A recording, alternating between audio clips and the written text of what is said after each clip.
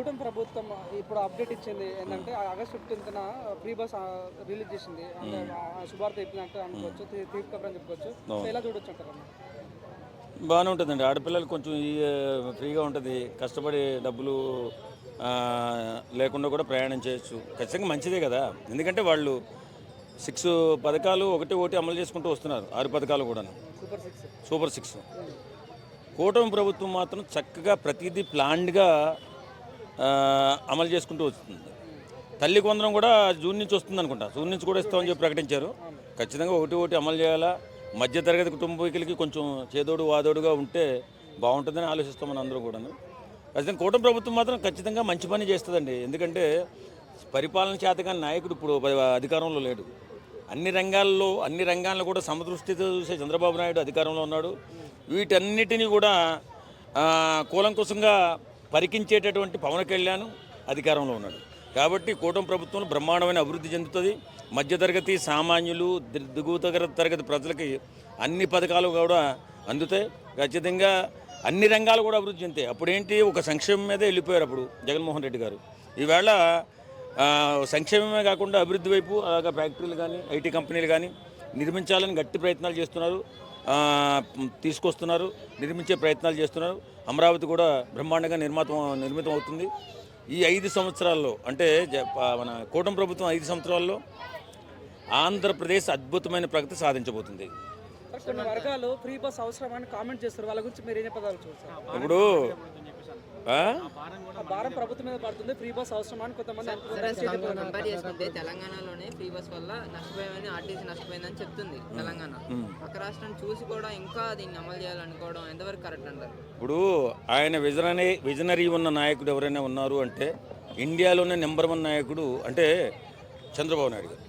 చంద్రబాబు నాయుడు గారు ప్లానింగ్ పూర్తిగా అమలు చేస్తామా చేయలేమా అని పూర్తిగా పరికించిన తర్వాత, దాని గురించి తెలుసుకున్న తర్వాత, దాన్ని ప్లానింగ్ పూర్తిగా చేసిన తర్వాత మాత్రమే ఆయన ప్రకటన చేస్తారు. ఆయన్ని అంత తక్కువ అంచనా వేయడానికి లేదు. కాబట్టి పవన్ కళ్యాణ్ గారు, సార్ మీరు 10 సంవత్సరాలు ఉండండి, ఆంధ్రప్రదేశ్ బాగా విధ్వంసం అయిపోయింది, మీరు 10 సంవత్సరాలు ఉండండి అని ఆయనకే అధికారం అప్పచెప్పడానికి మాట్లాడుతున్నాడు. ఎందుకు? ఆయన సీనియారిటీని ఉపయోగపడాలా. అలాంటి గొప్ప వ్యక్తులు మనం ఉన్నప్పుడే అభివృద్ధి చేసుకోవాలనే ఆలోచనలో మాత్రమే ఉన్నది. కాబట్టి చంద్రబాబు నాయుడు గారు ఏ పథకం అమలు చేసినా దాన్ని పూర్తిగా అవగాహనతో అమలు చేస్తారు. ఇక్కడ పథకం అమలు చేశారు అంటే దాని గురించి నేను మాట్లాడకూడదు. అక్కడ పథకం గురించి మాట్లాడుతున్నాం కాబట్టి ఖచ్చితంగా చంద్రబాబు నాయుడు గారు మాత్రం ఏది కూడా లాస్ అయిపోయి అది ఆపేసేటటువంటి పథకం ఏది కూడా ప్రారంభించడు. ఖచ్చితంగా అది అమలు చేస్తారు. ప్రతి ఒక్కరికి మంచి జరుగుతుంది. ఆడపిల్లలకి కొంచెం ఈజీగా ఉంటుంది. కాకపోతే నా ఉద్దేశం ఏంటంటే ప్రభుత్వ ఉద్యోగులకి, సంపన్న వర్గాలకి బస్ ఫ్రీ లేకుండా చిన్న ఉద్యోగులకి, పేద కుటుంబాలకి బస్ ఫ్రీ ఉంటే చాలా బాగుంటుందని నా ఆలోచన.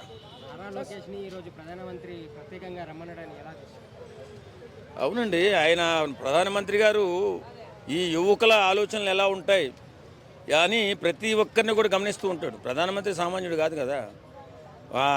మన ఈయనతో నారా లోకేష్ గారిని మీటింగ్ మీదే చెప్పారు, ఏంటి ఇంటికి రమ్మంటే రావట్లేదు, అంత బిజీ అయిపోయావు అని. ఏదో పని ఉంది సార్, వచ్చి కలుస్తాను సార్, కుటుంబంతో సహా వెళ్ళి కలిసి మాట్లాడతారు. ఆయన అభిమానం అంతే. ఎందుకంటే ఈ పవన్ కళ్యాణ్ గారు కానీ మన నారా లోకేష్ గారు కానీ బిడ్డలా చూసుకుంటున్నాడు ఆయన. కాబట్టి ఇంటికి రమ్మంటాడు, కూర్చుంటాడు, సరదాగా మాట్లాడతారు. ఏదైనా అవకాశం ఉంటే మన ఆంధ్రప్రదేశ్కి ఖచ్చితంగా అభివృద్ధికైనా సహకరిస్తారు. సార్, సూపర్ 6 అమలు చేయడంలో కొద్దిగా ఆలస్యం అవుతుంది అంటారు. దాని గురించి మీరు ఏమంటారు? ఆలస్యం అవ్వకపోతే ఏముందండి, ఆలస్యం ఖచ్చితంగా అవుతుందని వాళ్ళు ప్రకటించారు. కాబట్టి మాలాంటి తెలిసిన వాళ్ళు కూడా అంటే ఎలా జరుగుతుందని ఆలోచించే వాళ్ళు కూడా ఎలా అమలు చేస్తాడంటాం అనుకున్నాం. కానీ స్లోగా సంవత్సరానికి అలా ఒకటి డెవలప్ చేసుకుంటూ వెళ్తున్నారు. అదే రాజకీయం. ఊరగా ఒక్కసారిగా ఇచ్చేసి రాష్ట్రాన్ని అతపాతాలను తొక్కేసి భూములు నమ్మేసి లేదా స్కాములు చేసేసి ఇలాంటివి చేస్తే రాష్ట్రానికి దరిద్రం పడుతుంది. కాబట్టి ఇలాగే స్లోగా ప్రతిదీ అభివృద్ధి పథంలో నడుపుకుంటూ ఒక పథకం అమలు చేసుకోవాలా. అదే రాజకీయ సీనియారిటీకి ఉన్నటువంటి వ్యక్తులు. ఇస్తామని చెప్పి ఇలా లాస్ట్లో కండిషన్స్ అప్లై చేయడం, ఇలా ట్యాగ్ పెట్టి ఇలా ఒకటి లేట్గా చేయడం కొంచెం మోసం చేసినట్టు అనిపిదా? ఇస్తామంటే ఎక్కిన రోజు సంతకం పెట్టేస్తామని కాదండి. ఒక్కసారి ఎవరైనా సరే ఇప్పుడు పథకాలు ప్రకటించేటప్పుడు పథకాలు అమలు చేయడానికి కొంచెం టైం పడుతుంది. అందులోనే విడిపోయిన తర్వాత ఆ రాష్ట్రం బాగా అభివృద్ధి పథంలో కుంటుపడిపోయింది.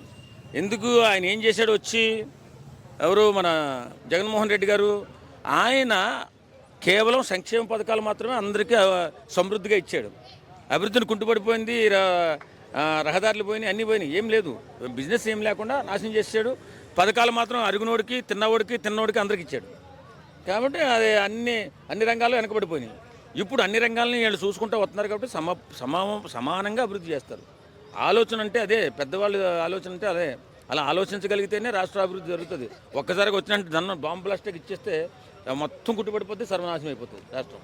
అలా చేయరు. ఇప్పుడు చంద్రబాబు నాయుడు గారు అన్నీ ఆలోచించి ఈ పథకం ఎంతవరకు అమలు చేయగలుగుతాం, ఎంతవరకు అమలు చేయలేం, అమలు చేస్తే వచ్చే నష్టాలేంటి, అమలు చేస్తే నష్టం ఏమైనా వస్తుందా, దీన్ని అమలు చేయగలమా ఫర్దర్గా కాదా అని పూర్తిగా దాన్ని అవగాహన చేసుకున్న తర్వాతే ఏ పథకమైనా అమలు చేస్తారు చంద్రబాబు నాయుడు గారు.